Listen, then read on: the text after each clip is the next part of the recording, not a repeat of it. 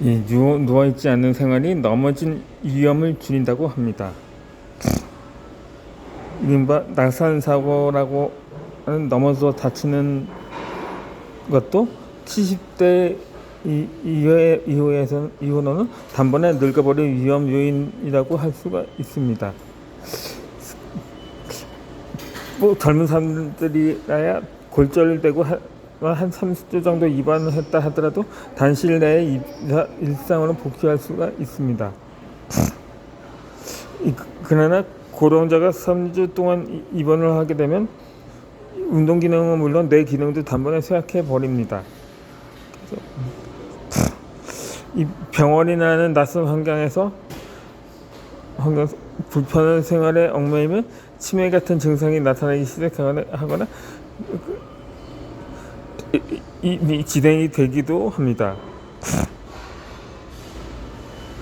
이 운동 기능을 회복하기 위한 재활 기간도 고령이 되면 길어지고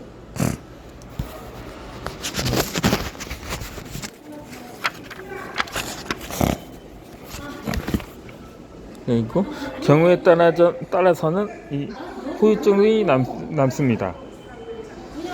입원 중에 수술 등으로 체력에 따라서 체력과 면역력을 저하시키기도 합니다. 이처럼 단번에 늙어버리는 사례를 자주 볼 수가 있습니다. 이 최악의 경우는 입원 중에 다른 질병도 유발할 수 있다는 점입니다. 또 다른 와병 생활, 즉 누워 있기만 하는 생활로 악화되는 경우도 자주 볼 수 있습니다. 이와 같이 70대에 넘어지는 것은 그 후에 인생을 크게 좌우할 위험이 있습니다. 넘어지는 걸 미리 방지하는 건강한 생활 80대를 건강하게 보내는 열쇠입니다.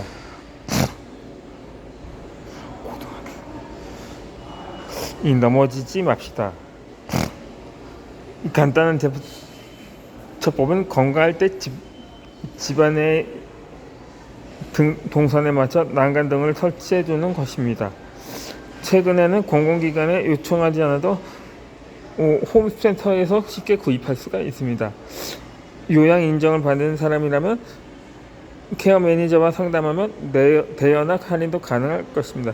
이 손잡이를 달아 놓았다면 절대 안전한 것은 아닐지라도 확실히 넘어질 위험을 줄일 수가 있습니다.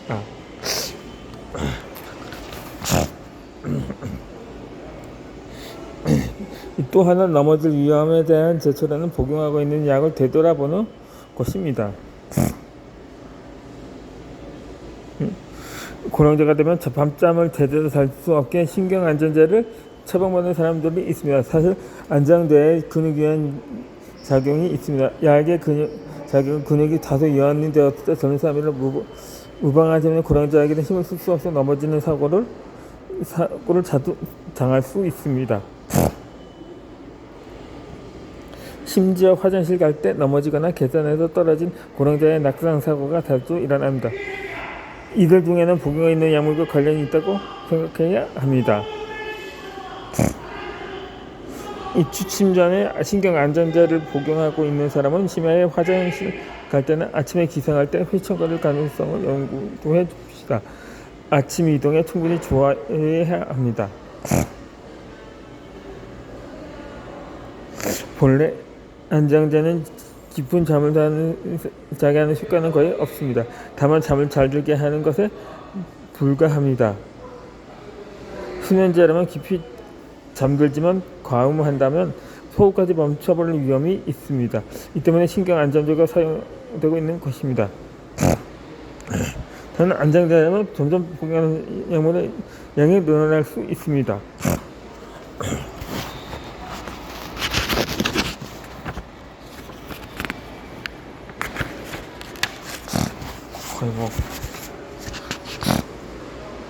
그러면 잠에도 깨어나 시청자 나머지 사고가 자주 발생합니다.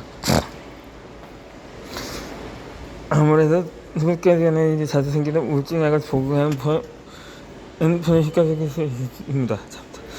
자격한 생이 좀 있더라면 의사 정보장을 바꾸는 것도 상담해야 합니다. 단 고령자에게 언제나 받고 전부 잘 보는 의사 수도 있습니다. 이런 유형의 이 사람이 굳이 병원을 바꿔야 합니다. 약의 부작용에 대해 환자가 호소해서 참아달라고 하면서 상대해주지 않는 의사가 있습니다. 이는 기본적으로 고용장을 잘 알고 있지 못한 경우가 많습니다. 이런 경우 병원을 옮기는 것을 고려해야 합니다. 안정되에도 혈당을 낮추는 이런 약물도 시간대에 따라 저혈당을 일으켜서 시청일 수 있습니다. 이런 약물에 대해서도 불안한 점이 있으면 의사의 상담을 건강할 때 넘어질 위험을 줄여야 합니다.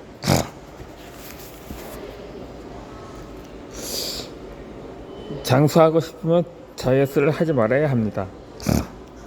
이 고령이 되어도 건강을 위해 건강이나 미용을 위해서 다이어트를 하는 사람들이 있습니다. 이것 때문에 단번에 늙을 위험이 있습니다.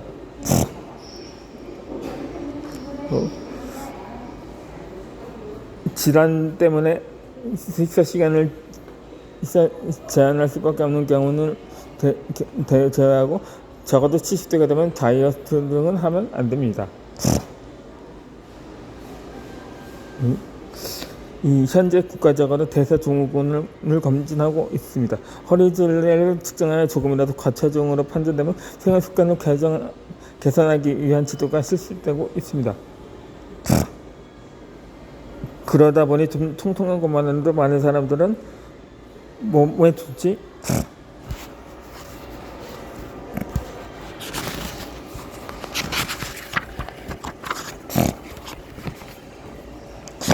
좋지 않다고 생각하게 됩니다.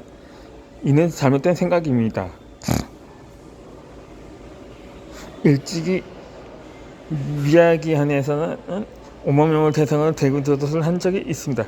그 결과 많은 체형의 사람이 약간 통통한 사람보다 6년에서 8년 빨리 죽는 것으로 밝혀졌습니다. 이 가장 장수하는 사람은 조금 통통한 타입의 사람이라는 사실도 드러났습니다. 눈에게 권위인 시바타 히로시 씨도 저속 장수의 거짓말에서 2000년에 발표한 미국에서 소설 결과를 인용했으나 26년간 최근 미국 국민건강 영양조사에서 가장 장수한 사람은 뚱뚱하다고 여겨지는 사람이 BMI 비만도 체중을 신장의 제곱으로 나눌 값은 25에서 29.9 정도였습니다. 이 비만율도 28대 5 미만의 많은 체형의 사람이 사망률에서 뚱뚱한 사람보다 2배에서 5배가량이 높았습니다. 한국이나 일본도 미국도 마찬가지로 많은 사람보다 BMI가 25에서 30 정도의 약간 통통한 사람이 가장 장수하는 것으로 나타났습니다. 이 결과 우리는 조사 결과는 우리들이 실감하고 있는 것과도 일치하고 그러니까 보통 그런 게 아닌가요? 이 몸의 건강한 7, 80대의 사람의 경우 많은 체형보다는 통통한 타입이 많다고 생각합니다. 이 동양에서는 BMI 25에서 30이 되면 비만을 간주해서 감량을 권장하곤 합니다.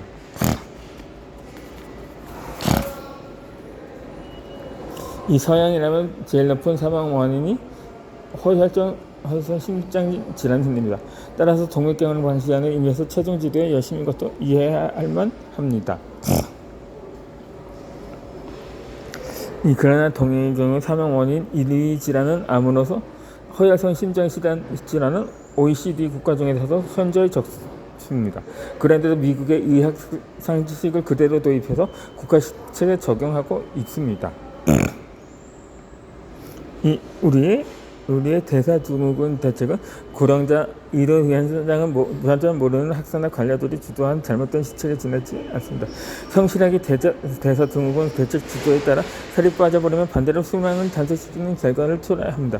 이는 통계 데이터가 그대로 드러나고 있습니다. 이상하게도 대사증후군의 제창자인 마스다 유지 씨는 살을 빼려고 하지 않는 뚱뚱한 체형이지만 금년 80살이 되었음에도 불구하고 아주 건강합니다.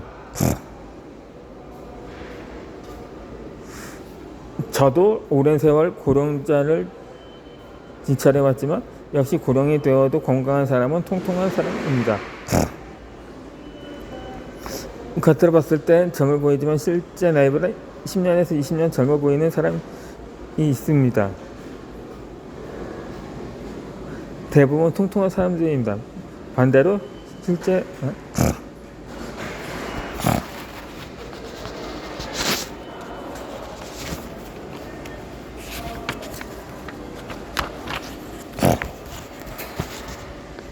이게 나이보다 더 늙어 보이는 사람은 마른 체형입니다.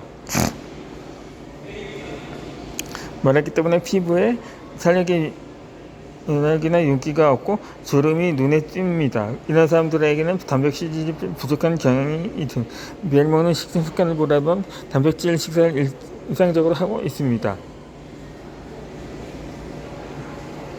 식사 제한을 하고 체중을 감량했던 고령자에게도 이 같은 식사 유형을 볼 수 있습니다. 고령에 난 후에 단백질 부족은 노화를 앞당기게 됩니다. 또한 면역력 저하도 초래합니다. 이 때문에 암을 비롯해 다양한 질병의 위험이 높아집니다. 70대가 영양 부족에 주의하고 강한 섭취에 대해 감이나 물 필요는 없습니다. 위장이 좋지 못해 먹을 수 없다면 어쩔 수 없지만 먹는 것을 좋아하고 그것이 가능한 건강 상태라면 너무 참을 필요도 없습니다. 체중 조절을 한다고 할 때 대사증후군 검진에 따라 영양을 판정되는 그 체중이 그보다 약간 통통한 편의 맞습니다. 단백질 낮은 새벽은 비만을 단식시킵니다. 이 맛있는 것을 먹고 면역력을 높입니다. 고령자가 되면 다이어트가 아니라 콜레스테롤과 혈압, 인슐린 수치 중에서 쓴 나머지 먹고 싶은 것을 대려 먹지 않고 참는 사람이 많습니다. 물론 질병을 앓고 있다면 아무래도 제한하지 않으면 안 되는 경우에는 참아야 합니다. 그러나 콜레스테롤이 좀 높았다든가 유전치가 걱정이 되기 때문이라든가 하는 정도의 이유라면 70대에서도 좋아하는 음식을 참을 필요는 없습니다. 폭음이나 폭식은 몸에 좋지 않지만 그렇지 않은 경우 좋아하는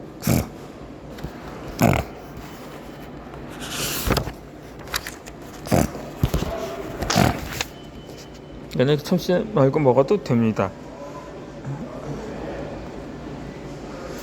그런 데가 되면 식욕도 떨어지고 먹여서 좋다고 공유위식으로 식단을 꾸리는 사람도 많습니다. 그러나 실제로 영양 부족한 사람이 대다수입니다.